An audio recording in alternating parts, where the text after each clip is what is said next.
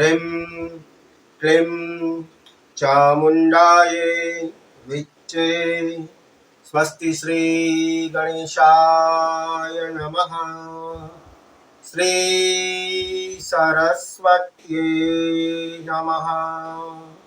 श्री गुरुभ्यो नमः। वक्रतुंड महाकाय कोटि सूर्य समप्रभा निर्विघ्नं कुरु मे देव सर्वकार्येषु सर्वदा। ज्ञानिनामपि चेतांसि देवी भगवती सा बलादा कृष्ण मोहाय महामायां प्रयश्यते। चैत्र नवरात्रि के उपलक्ष्य में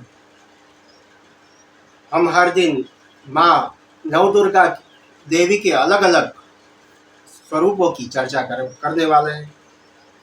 सनातन धर्म में भगवती माँ दुर्गा, जिन्हें आदिशक्ति जगत जननी पराम्बा भी कहा जाता है, उनका अति महत्व है। भगवती के 9 रूप मुख्य बताए गए हैं, जिनकी साधना नवरात्रि के दिन अलग अलग दिनों पर विशेष रूप से हो जाती है, की जाती है। इन 9 दुर्गाओं देवियों को पापों की विनाशिनी कहा जाता है। सर्व प्रकार से पाप को विहीन करती है। देवी के अलग अलग वाहन है, अस्त्र है, शस्त्र है, परंतु यह सब एक है, शक्ति भी एक है और सभी परम भगवती आदि शक्ति से ही प्रकट हुई है।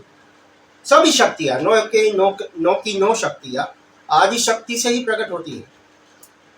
उनका अलग अलग अस्त्र धारण करती है, त्रिशूल धारण करती है, शंख, तलवार, धनुष, बाण, चक्र, गदा, कमल, पद्म, अभय, अग्नि, परशु भी धारण करती है माँ। भाला, पाश, वज्रमाला, कमंडल और पाश। और उनकी सवारी कभी हमने बैल पर देखी है, तो कभी बाघ पर देखी जाती है, तो कभी शेर पर देखी जाती है। दुर्गा सप्तशती के अंतर्गत और देवी भागवत के अंतर्गत, दुर्गा सप्तशती के अंतर्गत देवी कवच स्तोत्र में एक श्लोक मिलता है नवदुर्गा का, जिसमें क्रमशः उनका नाम मिलता है।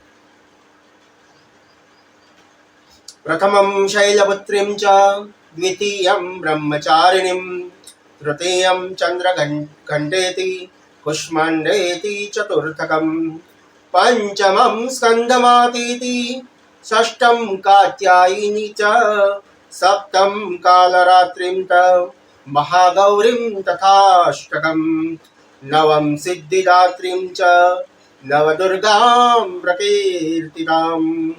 उत्ख्यातमेतनामानि ब्रह्मणे नाम महात्मनम्।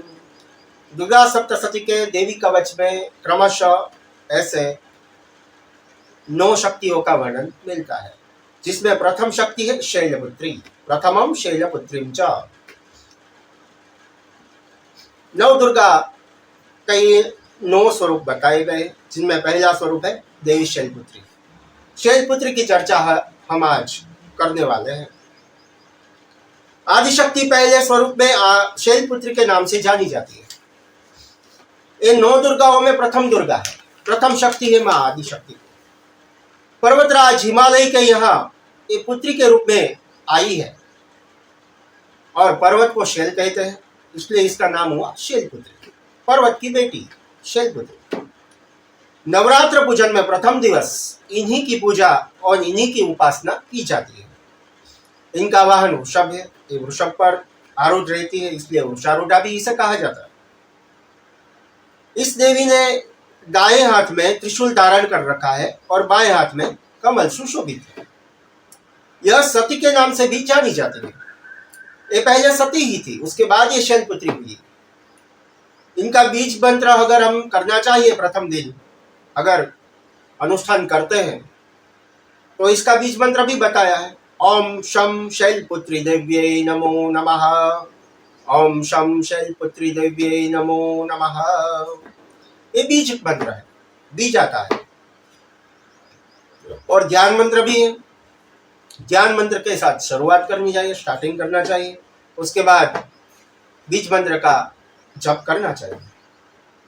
ध्यान मंत्र देख लेते हैं। ध्यान मंत्र में क्या होता है कि जो शक्ति है ना, उसका स्वरूप दिखाया जाता है उसमें। ध्यान मंत्र उसे कहते हैं जो शक्ति है जो मन में स्थापित हो, इसलिए उसका स्वरूप दिखाया जाता है। वंदे वांछितलाभायम चंद्रार्धकृतशेखराम वृषारूढ़ाम शूलधराम शैलपुत्रीम यशस्विनीम। वृषभ स्थिता है, वृषभ पर आरूढ़ रहती है। शिव जी का वाहन नंदी है और नंदी ही माँ आदिशक्ति शैलपुत्री का वाहन है। उस पर स्थित रहती है। खड़ग चक्र गदा धनुष बाण पारिद शूल भूषंडी कपाल और शंख ये सब अष्टभुजाओं में धारण करती है। संपूर्ण आभूषणों से युक्त नीलमणि के समान कांति युक्त 10 मुख है इसके और 10 चरण वाली है।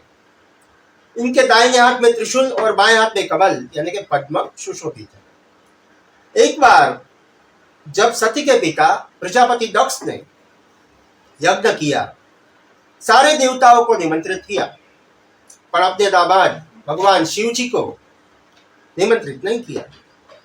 सती भवानी अपने पिता के यज्ञ में जाने के लिए विकल हो उठी, वो जाना चाहती थी।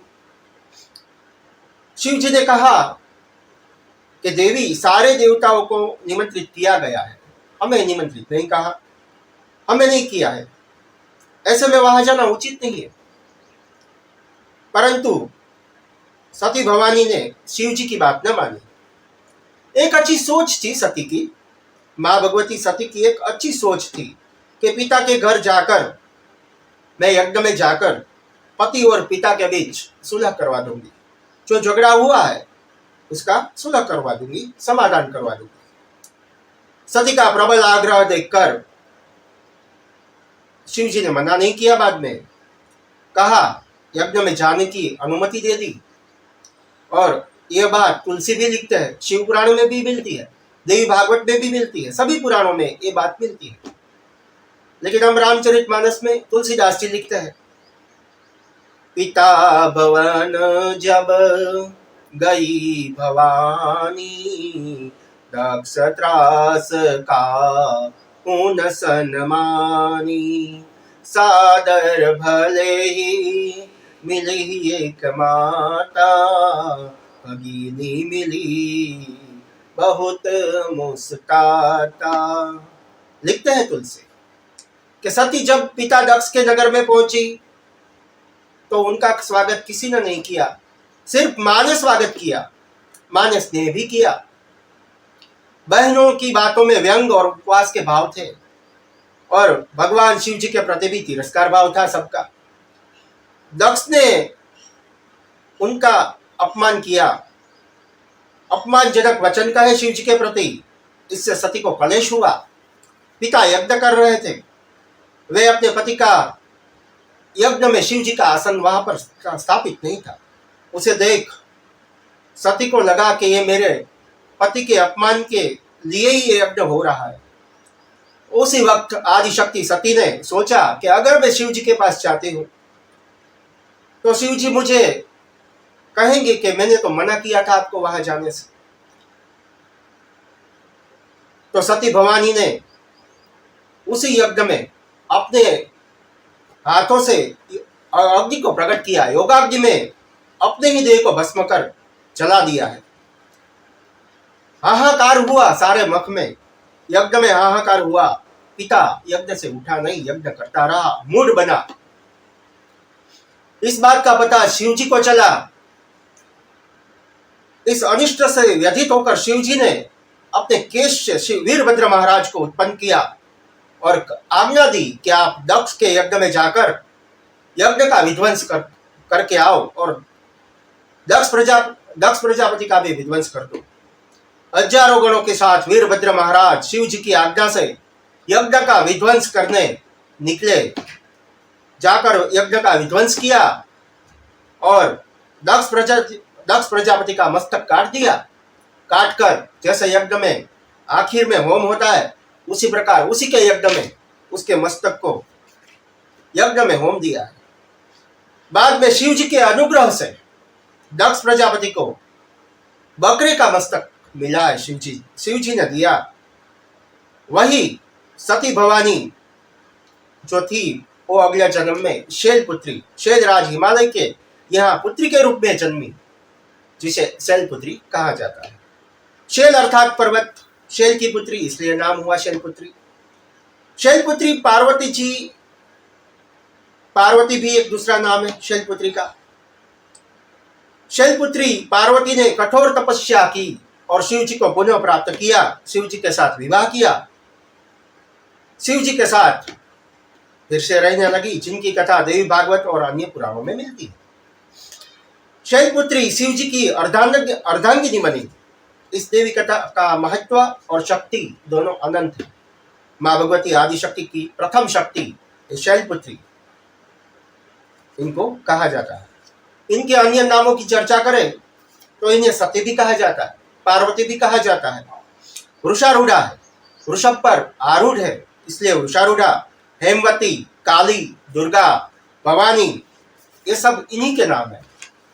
देवी शैलपुत्री की शक्ति दृढ़ता, आधार एवं स्थिरता का प्रतीक है। माता की उपासना जीवन में स्थिरता देती है। माता की उपासना हमें नवरात्रि का पहले दिन शैलपुत्री की यह कथा और उसकी उपासना उसके बीज मंत्र के साथ कम से कम 108 मंत्रों के साथ करनी चाहिए। आदिशक्ति शैलपुत्री का प्राचीन मंदिर काशी के घाट पर स्थित है। काशी में शैलपुत्री का मंदिर प्राचीन है। या देवी सर्वभूतेषु शैलपुत्री रूपेण संस्थिता, नमस्तस्यै नमस्तस्यै नमस्तस्यै नमो नमः। इतना निवेदन करके हम आज के टॉपिक को विराम देते हैं।